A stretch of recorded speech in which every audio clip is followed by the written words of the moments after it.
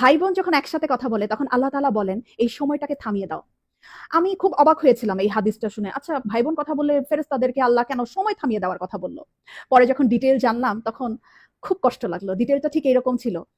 ভাই বোনের সাথে এই পৃথিবীর পরে আর কখনোই দেখা হবে না। হাসরের ময়দানে না, আখিরাতে না, কিয়ামতের পরে না, জান্নাতে না, জাহান্নামে না, কোথাও না। বাবা মার সাথে দেখা হওয়ার সম্ভাবনা আছে, স্বামী স্ত্রীর সাথেও দেখা হওয়ার সম্ভাবনা আছে, ছেলে মেয়ের সাথেও দেখা হওয়ার সম্ভাবনা আছে, কিন্তু ভাই বোনের সাথে সম্পর্ক শুধুমাত্র এই পৃথিবী পর্যন্তই। তখন এত খারাপ লাগলো ব্যাপারটা জেনে যে আমার যে বোন আছে অথবা আমার যে ভাই আছে তার সাথে আমার আর কখনোই দেখা হবে না এই পৃথিবীর পরে। মানে মরে যাওয়ার পরে তার সাথে আর আমার কখনোই কথা হবে না।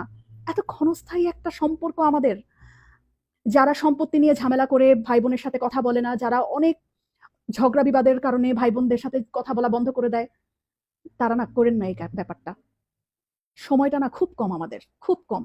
এত কম সময় নিয়ে আমরা পৃথিবীতে এসেছি এবং এই কম সময়ের মধ্যে আমরা আবার কলুষতা, আমরা আবার ঝগড়া বিবাদ এইরকম করে আমাদের এত কাছের, এত আপন একটা মানুষ, একই পেটের, মায়ের পেটের বোন, মায়ের পেটের ভাইয়ের সাথে কথা বলা বন্ধ করে দিলাম।